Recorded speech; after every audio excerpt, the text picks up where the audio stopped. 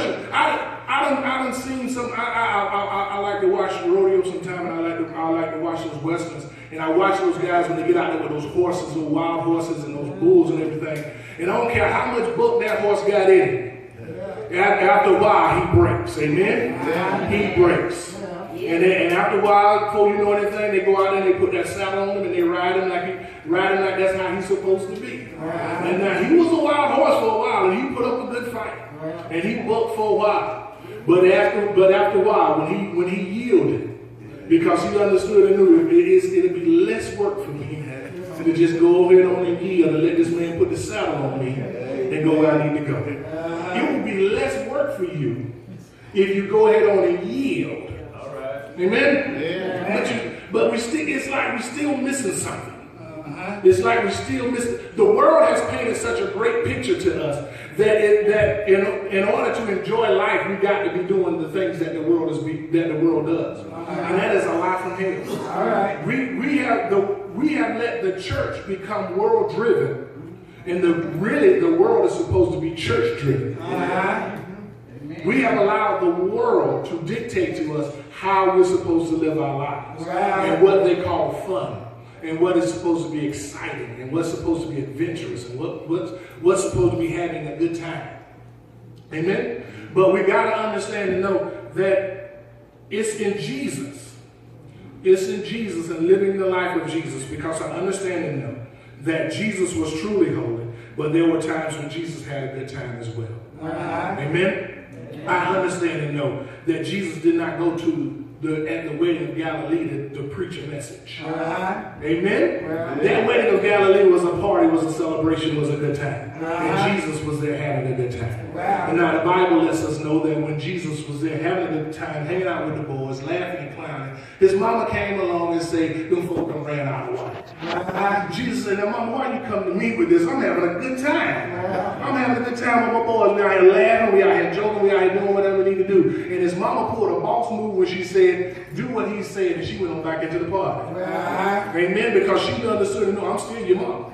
And do what needs to be done. I don't know what you got to do, but talk to your dad and get these folks some more wine. Amen. And so Jesus understood and knew if I'm going to enjoy this party and finish enjoying the same, because see, in Hebrew times, a party lasted upwards of 2 weeks for a wedding feast.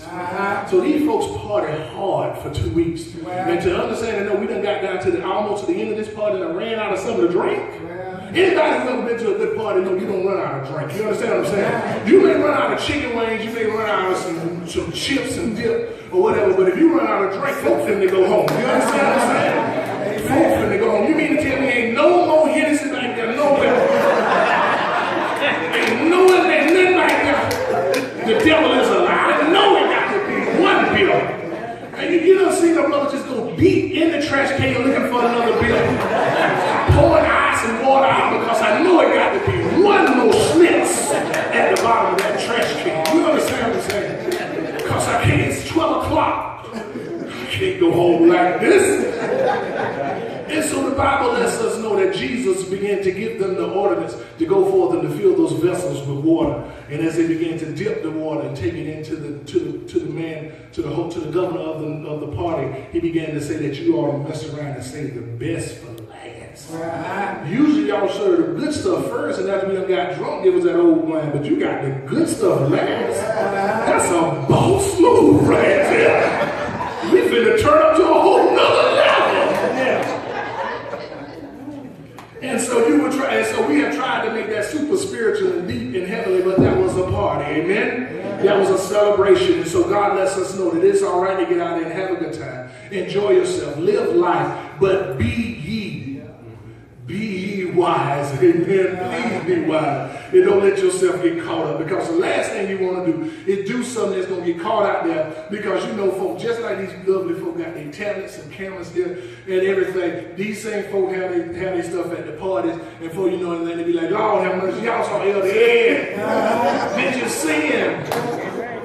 And so people all around the world are going to be seeing Elder Ed just throw up, you understand? And that's not a good look. Because I'm too big for folk to tote to the car. You understand what I'm saying? I'm too big. I know somebody gonna drop me. So it's best. It's best that I govern myself accordingly so as to not get myself caught slipping like that. Because whenever you should be ready, so you ain't shamed when they see you on Facebook or they see you on Snapchat or they see you on Twitter or whatever. You ain't got to go explaining what was happening. You put it in context. Because anytime you got to put something in context, that means you weren't doing what you were supposed to be doing. Never let folks catch you slipping. Never let folks catch you slipping, because that's all the devil wants to do. That's all the devil wants to do. I'm going to repeat it one more time. That's all the devil wants to do. Every time that Jesus was out there doing whatever Jesus was doing, he would have the Pharisees and Sadducees come up because they wanted to catch Jesus slipping. And so they would ask Jesus trick questions, hoping that they can catch him slipping. So if they can catch him slipping, now they got a right to have him arrested.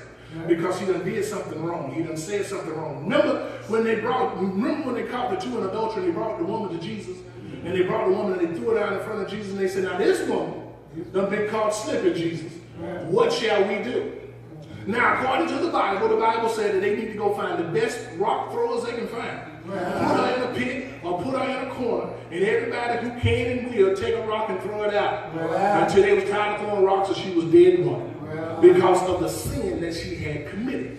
That's what they were waiting to hear Jesus say. Now, if Jesus said, let her go, and did not honor the covenant, then that lets them, they can go out and not say that he's not living according to the word. But Jesus came back with a Jesus move and hit them with, let ye that is without sin cast the first stone. I ain't saying you can't throw it, but make sure before you throw your rock, make sure you clean first. All right? So that means they should have been able to throw them rocks as hard as they could.